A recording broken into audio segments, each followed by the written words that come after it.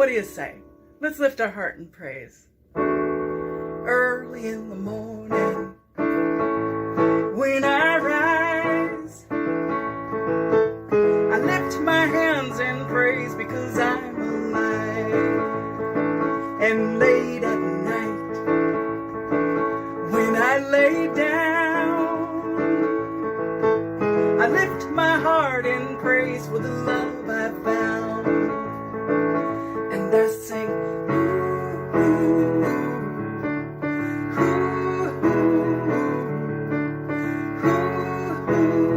for the love I found.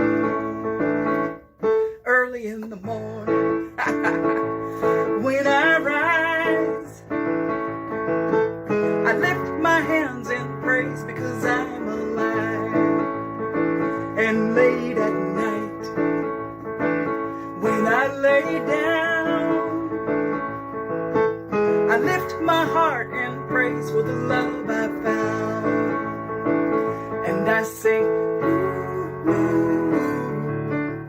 ooh, ooh, ooh, for the love I found, for the love I found, for the love I've found. Thank you for singing with me. I know you did. I know you did. Thank you, Janine. Yes, I was singing along as well. And good morning, everyone. I'm Audrey Pitchford, the licensed Unity teacher at Unity of Olympia. Let us start with prayer. We settle into this moment fully aware of the great blessings available to us today. We know we are blessed abundantly with life, with vitality, with wholeness, and with zeal. That inner fire, that sacred light that lights the way, showing us what is ours to do. This sacred zeal is available to us at each moment. We know we can always connect to it in ease. And for this awareness and for this sacred time together, we're so, so grateful, so grateful. So we say, thank you, God, so it is.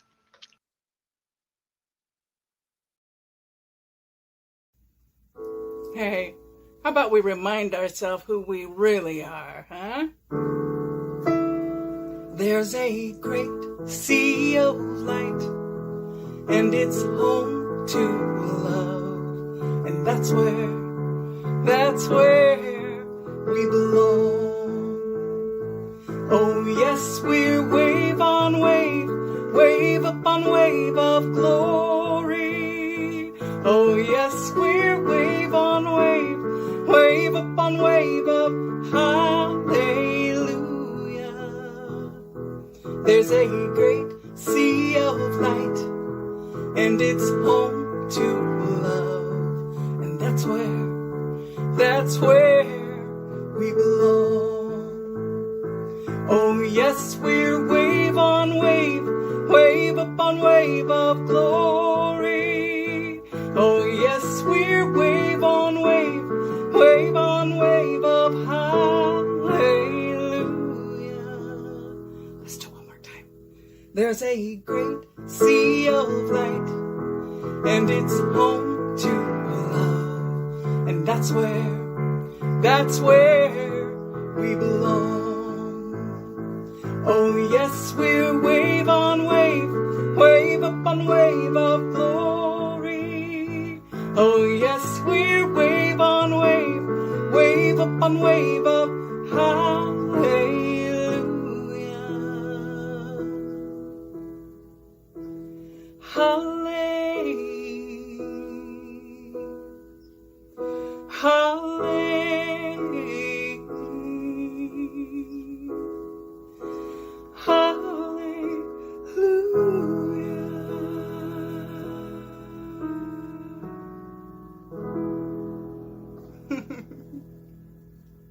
That's who we are.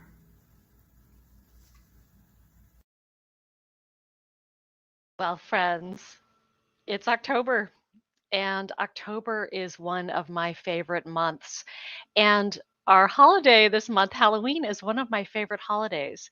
So, to start, I have a joke for you about Halloween. And the joke is, why are skeletons so calm? Because nothing gets under their skin.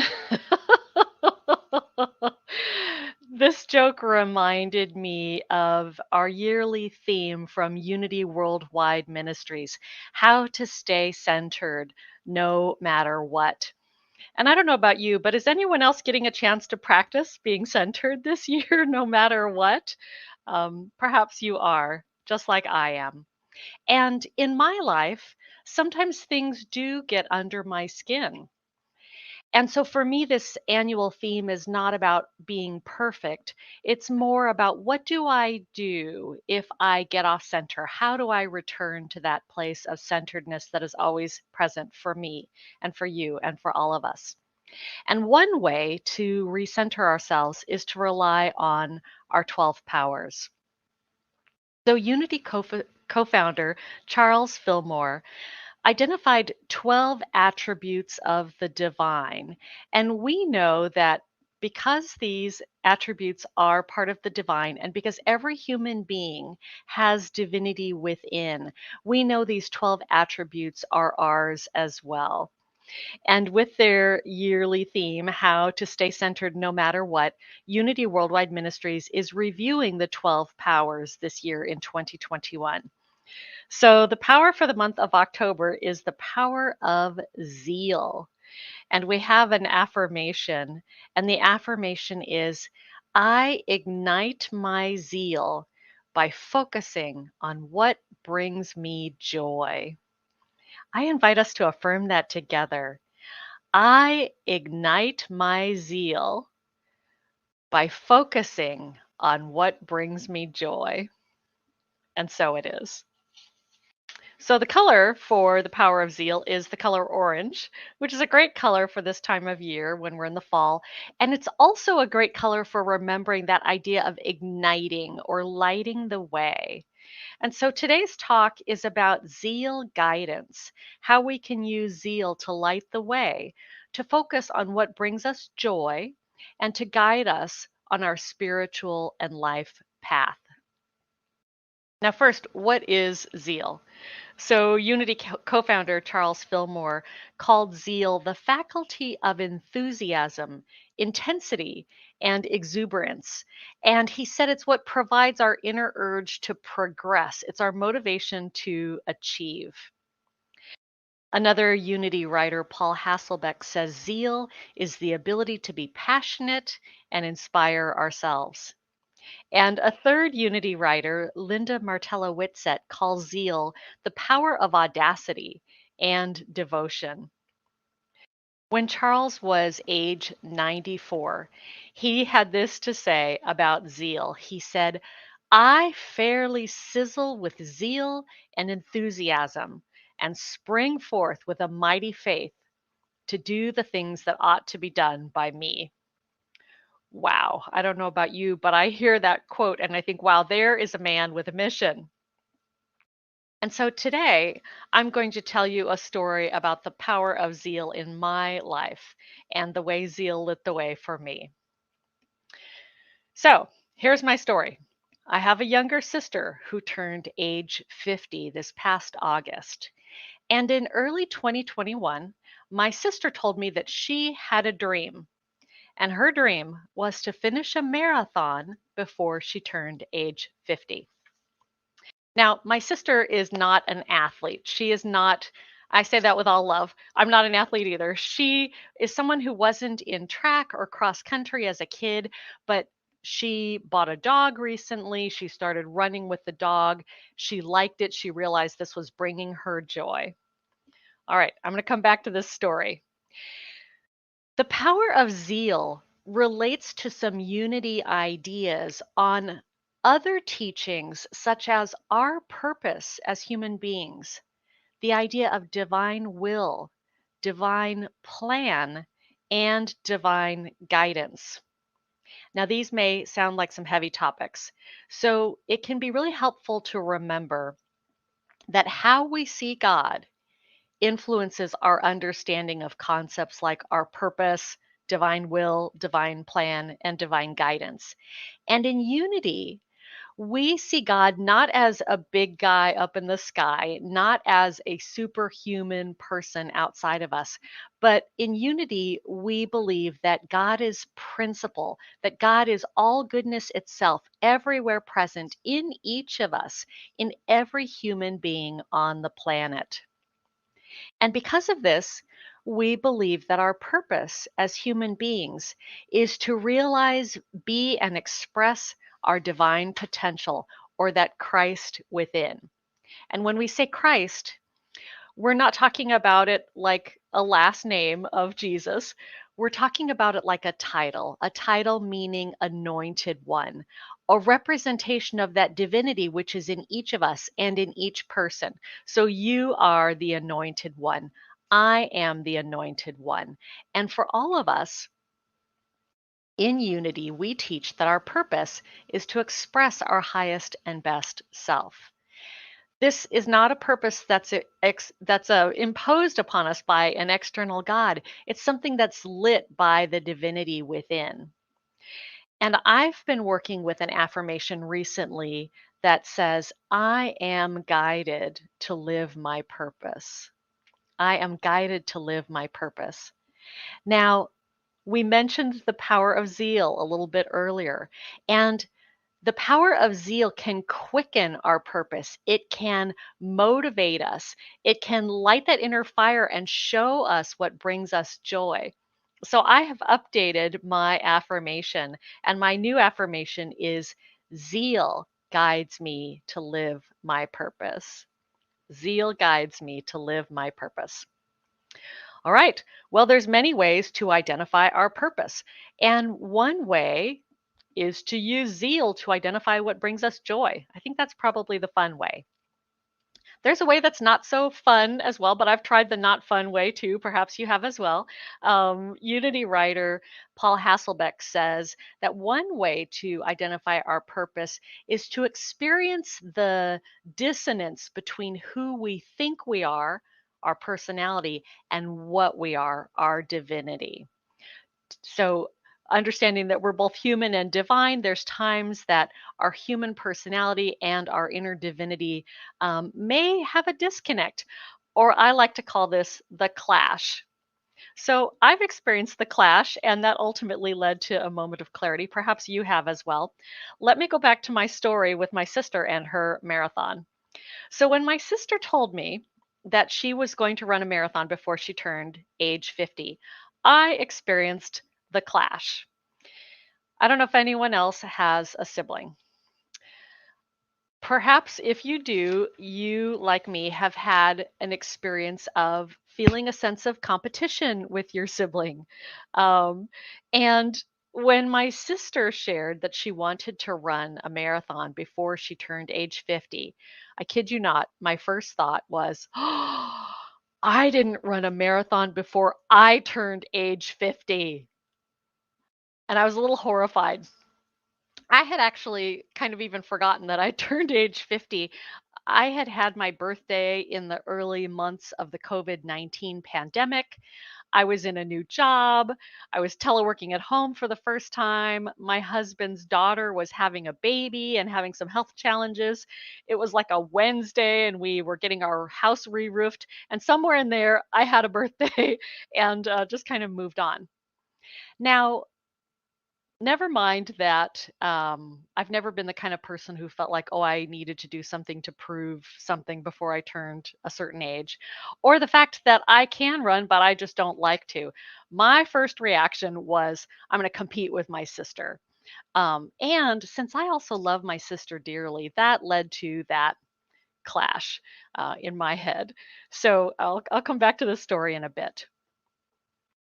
Now that we've talked about divine purpose, I want to talk a little bit about divine will, divine plan, and divine guidance, starting with divine will. So, this is different than the spiritual power of will, which was one of the 12 powers that Unity Worldwide Ministries is reviewing this year. So you may remember talking about the spiritual power of will in August. And the spiritual power of will is our ability to choose. I sometimes like to think of it as free will. And that's different than divine will. And so unity teaches that divine will is always perfection and good for all of God's children, for all of humanity, for all of life. That God's will doesn't change. Now, there's times that some folks ask questions like, well, how do I know if that's my will or God's will? And that presumes a level of separation or a level of duality. And in unity, we teach that the divine doesn't want anything for us that we wouldn't want for ourselves.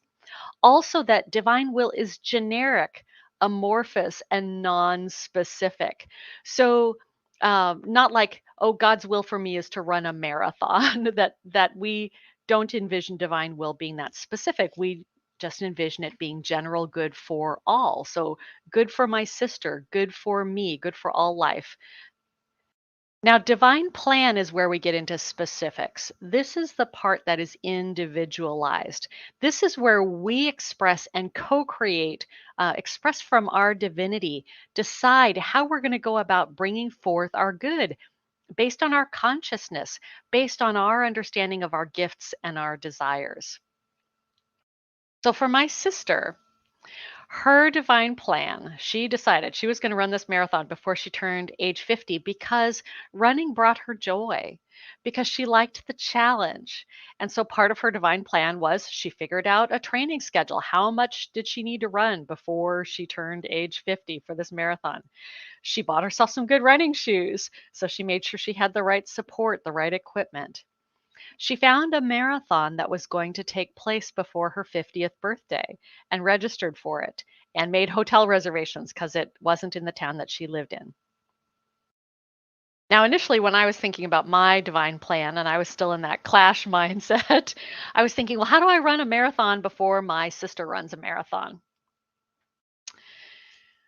We can always use divine guidance to help us put together our divine plan. We can use wisdom to discern the road ahead and remember our oneness with the divine and with all. We can take these ideas into prayer and meditation and ask, is this thing mine to do? Now, when I'm evaluating a divine plan, I have 3 tests, and there's probably more and other ones as well. But I put my thinking about running a marathon before my sister did through these tests. So the first test is, why do I want to do this? And I shared my sister wanted to run a marathon because she thought it was fun. She thought it'd be a great challenge. Me, I was competing with my sister. All right. Second test. Is there good in my plan for others? Now, you might think, well, running a marathon, that's really an individual thing. And my sister inspired through running the marathon. She inspired me, she inspired her family, she connected with others, other runners. So there's definitely good in that experience. Now, me coming from that competitive place, that was a little more of a destructive idea of a plan, so not so much. Finally, the third test. Does my plan align with Unity's basic principles, especially the first two? The idea that God is all good everywhere present and that every human is an expression of the divine, that we all have that spark of divinity within. Not so much. So, my plan to compete with my sister really wasn't even seeing her as the unique expression of the divine that she is. It was seeing her as like an object that I needed to compete with. And so, my initial plan of running a marathon before my sister ran a marathon was a complete fail of all 3 of these tests.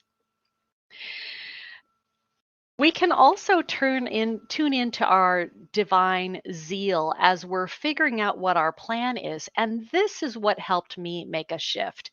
Because as I reflected on all of my thoughts and feelings about my sister running the marathon, I remembered, gosh, I don't even like to run. and I don't want to put in the time it would take to be prepared to run a marathon. But I really do love my sister, and I want to support her. And I want her to know she has my support. And so I came up with a new divine plan. And my new divine plan was based on my love for my sister. So here was my new plan.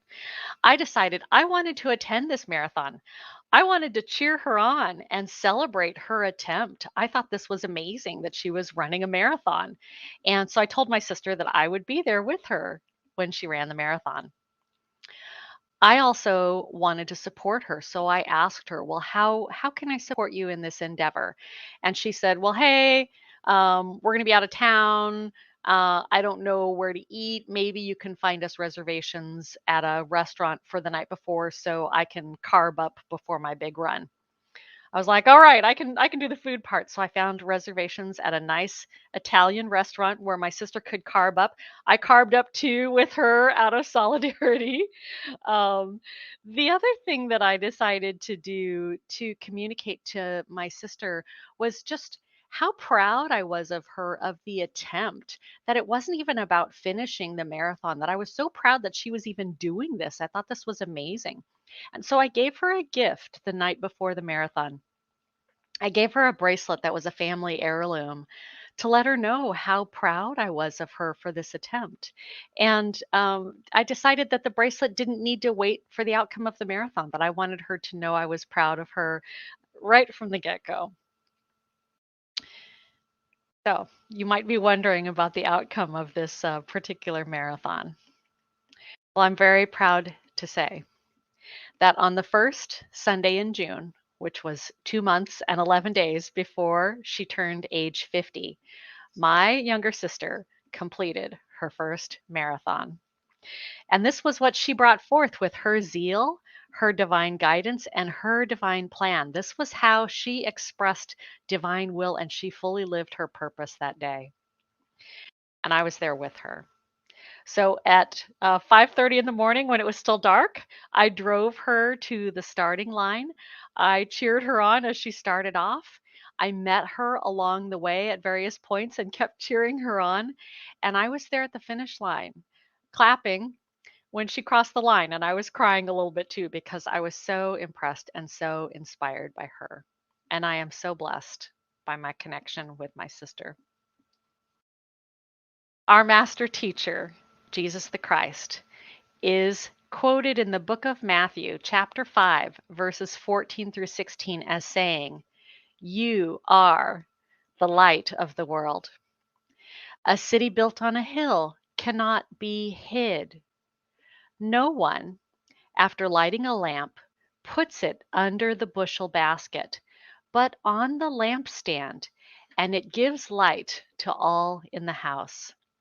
In the same way, let your light shine before others, so that they may see your good works and give glory to your Father in heaven." To me, our zeal is this light on the lampstand. It's what brings us joy, it's what helps us shine, and it's what helps us to embody divine will and to live a life of purpose. I believe our zeal matters. The reality is, at times, we may all do things that we think we have to do or things we're not very excited about. But I think the place where we most make a difference to others, to the planet, and to ourselves is when we use our zeal to guide us to live our purpose. I am so grateful for the gift of zeal to light the way, to show us how to create a divine plan that allows us to live our purpose and to express our highest and best self. And so I invite us all to spend time discerning, what is it that lights me up inside? What is it that brings me joy? Remembering that that is sacred fire, that there is a purpose and a reason for that zeal. And we all can always discern how we can let that light shine so that we can most fully express and live our purpose.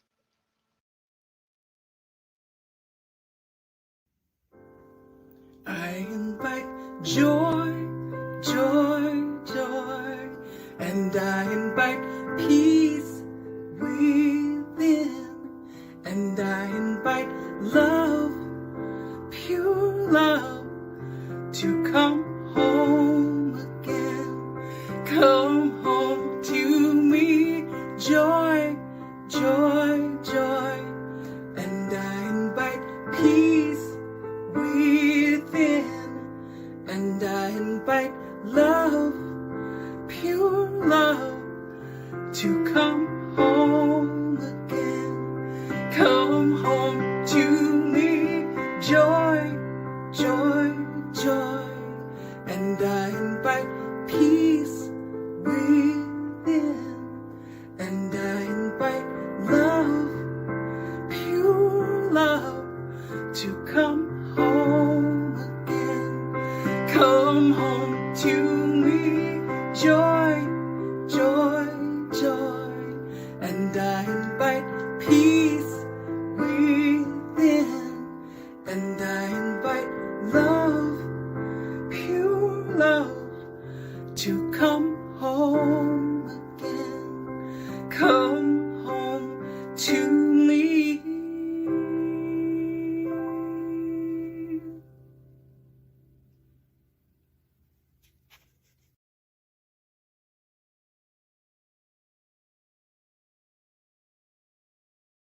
Invite us to now take into meditation the idea of zeal. This meditation is from Reverend Bronte Colbert, and I invite you to hear these words as the words of your own heart. I am a beloved child of God, shining with the brilliance of the universe. This is expressed as optimism, abundance, and enthusiasm in my day-to-day living. Zeal is an ever-present energy that I call upon. Zeal ignites my dreams and fuels my life. Zeal fills me from the inside out. As I enthusiastically express the zeal within me, I bubble over with joy. I do what I love, and I love what I do. I am vibrantly healthy. I am alive, awake, alert, and enthusiastic about life. My zeal shines from me, lighting my way forward and brightening our world. And I invite us all to take a few moments in the silence and just picture the orange glow of that zeal shining out from each of us and brightening our world.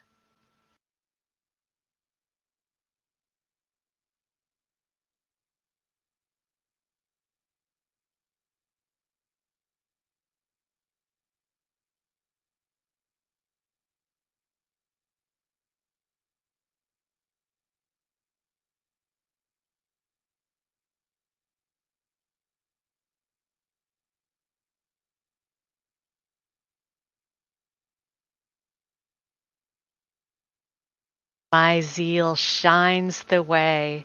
It lights my path. Zeal guides me to live my purpose. So it is.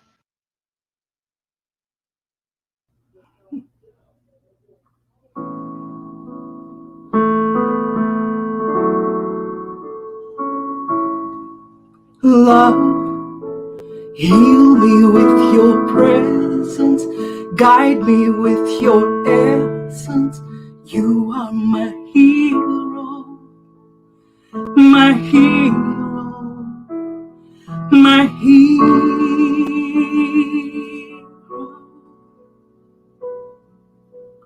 Love, heal me with your presence, guide me with your essence. You are my hero, my hero, my hero.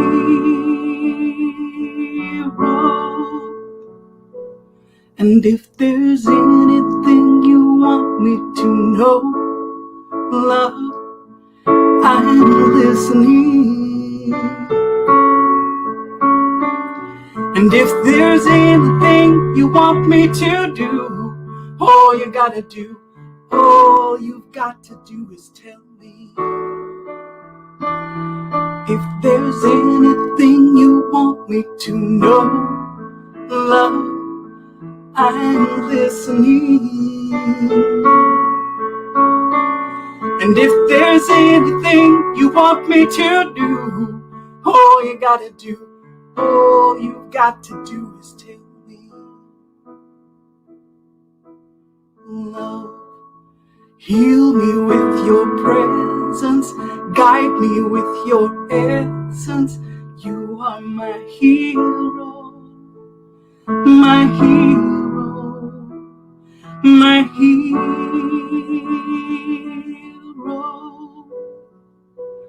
And if there's anything you want me to do, all you got to do is tell me.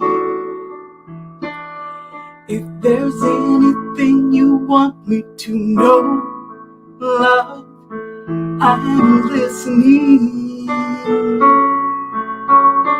And if there's anything you want me to do, all you've got to do is tell me.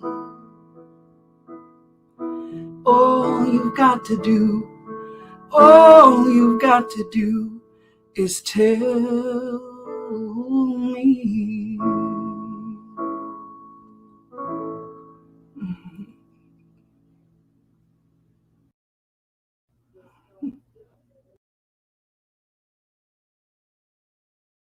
Thank you, Janine, for the lovely music today. And thank you, everyone who's watching this service. It is a delight to spend time with you.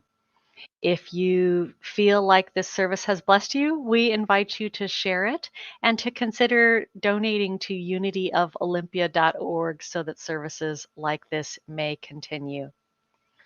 And now, keeping in mind that sacred fire of zeal in our minds and in our hearts, let us close with the prayer for protection. The light of God surrounds me. I am light of God. The love of God enfolds me. I am love of God. The power of God protects me. I am power of God. And the presence of God watches over me. I am presence of God. Wherever I am, including right here, right now, all is well. And so it is. Have a blessed day, friends.